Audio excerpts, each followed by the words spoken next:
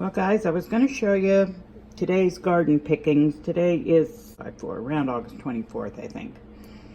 Anyway, this is my sink full. These are tomatoes I'm going to can tomorrow. I also picked and pulled the last of my cherry tomatoes. I'm done dealing with them.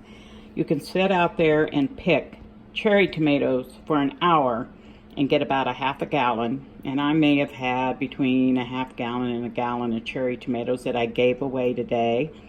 I left a teeny tiny little bush out there, just enough, or vine, excuse me, out there just enough for the old farmer and I, but they're an awful lot of work. You can spend an hour picking cherry tomatoes and get, like I said, a half a gallon to a gallon, or you can spend an hour picking my Roma tomatoes and get a bushel or two.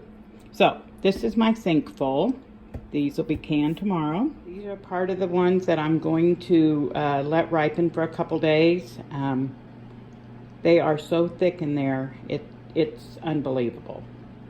But I will say that when we get a basket of these full of tomatoes, that's 7 quarts. We picked 4 baskets today. A lot of them look like this, and I have spread some brown paper on my table, and I'm laying them out, letting them ripen, and they'll just continue to ripen and probably in a couple of days be ready to can.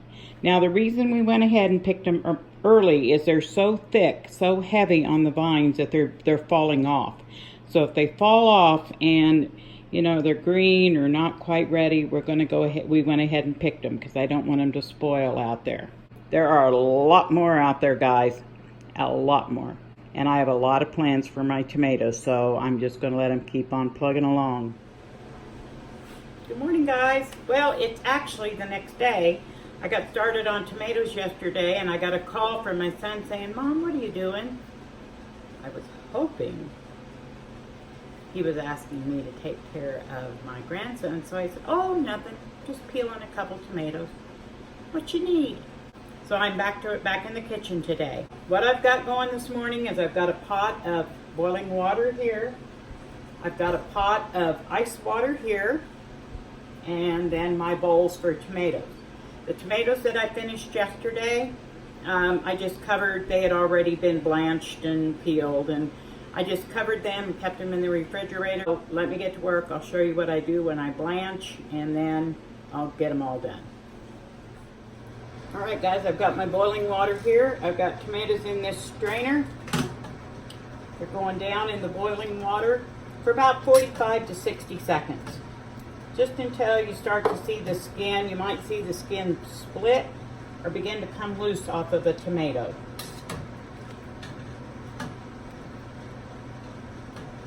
Also, I washed and rinsed my jars very well, and now they're in the oven. I'll put it at 220 degrees and get my jars hot and sterile. I think it's 15-20 minutes you leave them in the hot oven, and that will sterilize them. Or you can put them into boiling water for 15 minutes and sterilize them, or bring them out of your dishwasher sanitize cycle. You don't have to stir them. I'm just making sure they're staying underwater. Now, every now and then you're going to find one with a bad spot. I don't know if you can see it, but it's hot. Ugh. And you just cut that out. And of course, if the inside of the tomato is bad, you're going to throw the whole thing out. Okay, I've got a couple skins that have split. Bring them out of the boiling water. And they're going directly into the ice.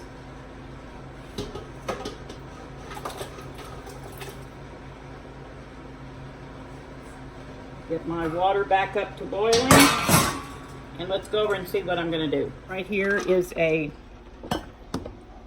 bucket of ice water.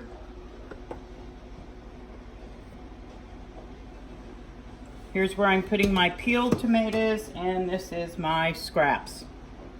Chicken feed. So after these have cooled down, I just kind of cut the top off a little bit. Supposed to go in the scrap, but the skins will just almost fall off. That goes in the scrap, that goes in the bucket. So I'm gonna sit here, well, let's cut this bad one and see what it looks like.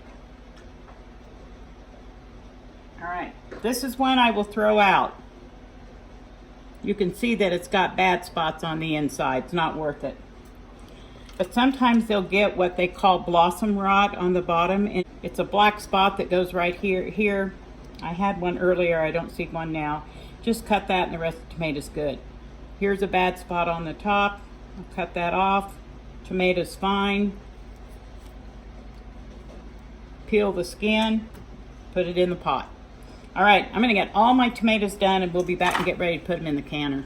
All right, guys, now time to jar up these tomatoes. I took all those tomatoes and I halved them. I've got the little bitty ones I left whole, but I've got them cut in half and ready to put in the jars. My jars are hot. I got my lids over here. They're warm to kind of soften the rubber seal. And there's Cinnamon Girl. So let's get these jarred up and ready to go. I'll be putting in 1 tablespoon of lemon juice and 1 teaspoon of canning salt.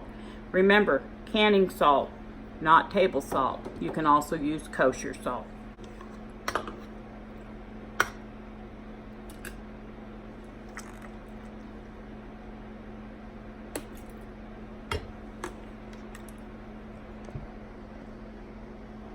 Thought you might want to see what I was doing. I'm going to fill them about half full before I put in my lemon juice and salt.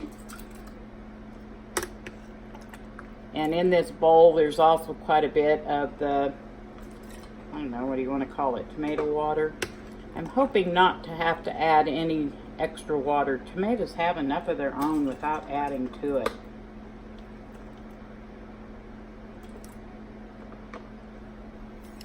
Okay, here's my lemon juice. Make sure that you don't use fresh lemons. You want to use jarred lemon juice, bottled lemon juice. All because of the acidic level nowadays. And also the acid level in lemons now is different than it used to be. Now, honestly, since I'm using pressure canning, I probably wouldn't have to worry about the acid level. That's more of a water bath canning thing, but it's just a good habit for me. Okay, I'm doing quarts. So it's a teaspoon of salt. And I'll go ahead and fill these back up. I'm going to keep on filling them up and I'll come back. Okay, now don't forget to debubble. I've been having a problem this summer with everything going down and having about that much space at the top. You know, and they say, well, that's because I didn't debubble good enough and different things like that. But sometimes I think I go a little crazy debubbling. Remember also, when you debubble, don't use anything metal. You might scratch or chip the inside of the jar. Plastic or wooden. I'm using a wooden spoon. I also use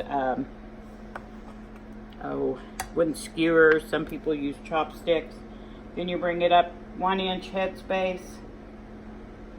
Oh, I have to tell you what happened. About a week ago, I was canning tomatoes in my pressure canner, and I heard something pop on the inside. What happened was the Tattler lids blew off in the canner. So I did a lot of research, called the Tattler company, and they said, with Tattler lids, you need to leave extra headspace. So if it calls for a 1/2 inch, leave 1 inch. If it calls for 1 inch, leave a little bit more than that. So that's what I've been trying to do with my Tattler lids now. I haven't had any problems, and that was the first time that I'd ever have that happen. So it kind of upset me because Tattlers are really expensive. But I'm telling you, if you ever have to call the Tattler company, wow, what nice people. They give you 2 numbers, and the first number I called, I think it's technical support or help with the lids. I called them and no answer, and I didn't want to leave a message. So I called their customer service, and she was able to help me and give me some advice. But do you know, later that evening, I got a call back from the first number that I did not leave a message at. They got my number off their caller ID, and they called back to see what I wanted. Who does that? You know, who does that? You know, half the time you leave a message and people don't call you back, but I've heard Tatler is really, really good. They're really good people.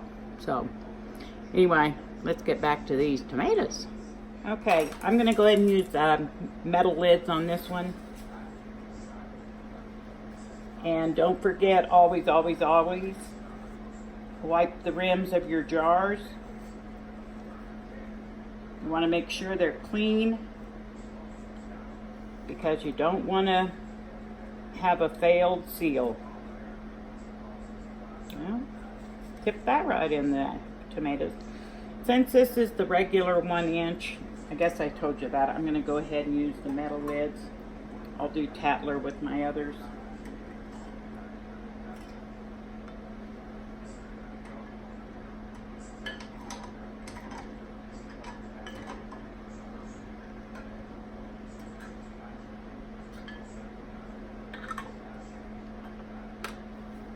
Okay, metal lids, put your ring on, finger tight, don't wrench it on there, don't use one of those jar tighteners. Just put it on snug, finger tight.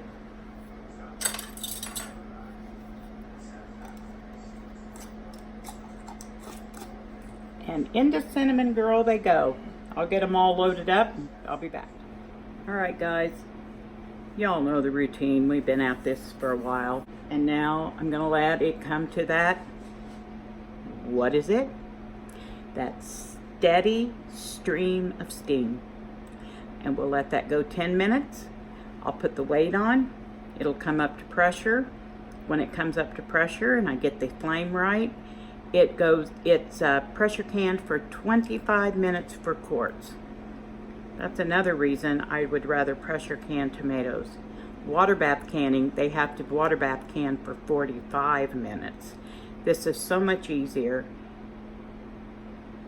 in my opinion, cheaper in the long run, and takes so much less time to pressure can. But now I've got that table over there. I got to get started on it. If I were done for the day, I've got quite a few tomatoes left.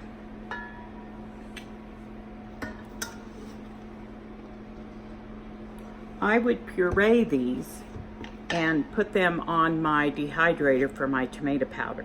I'm getting back to getting more tomatoes ready to go in the water bath canner, and who knows, maybe a second batch in Cinnamon Girl. Oh shoot guys, I forgot